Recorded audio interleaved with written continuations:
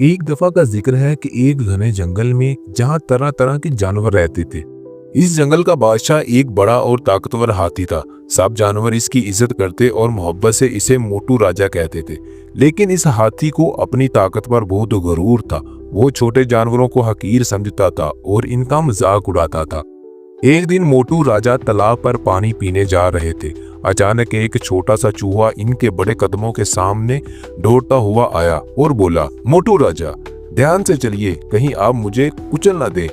हाथी मोटू राजा जोर से हंसने और कहा, अरे तुम जैसे नन्हे से जानवर की क्या औकात, मैं तो तुम्हें अपनी एक फूंक से उड़ा सकता हूँ।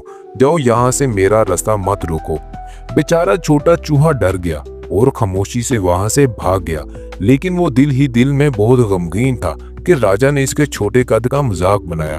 कुछ दिन गुजर गए। एक दिन जंगल में एक शिकारी आया। उसने जानवरों को पकड़ने के लिए मजबूत जाल बिछा दिया।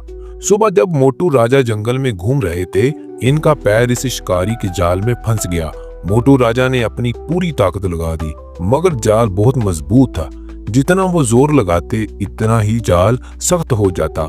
हाथी ने जोर जोर से मदद के लिए पुकारा, बचाओ बचाओ, कोई है जो मेरी मदद करे, मैं इस जाल में फंस गया हूँ।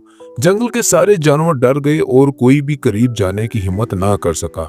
मगर वही छोटा चूहा दूर से ये सब देख रहा था।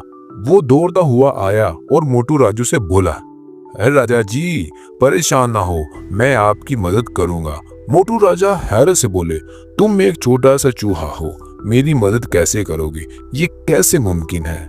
छोटे चूहे ने मुस्कुरा कर कहा, बस देखती जाए मैं क्या करता हूँ। ये कहकर चूहे ने अपने तेज दांतों से जाल काटना शुरू कर दिया। थोड़ी देर में चूहे ने जाल की रस्सियों को कटकर काट दिया और मोटू राजा आजाद हो गए।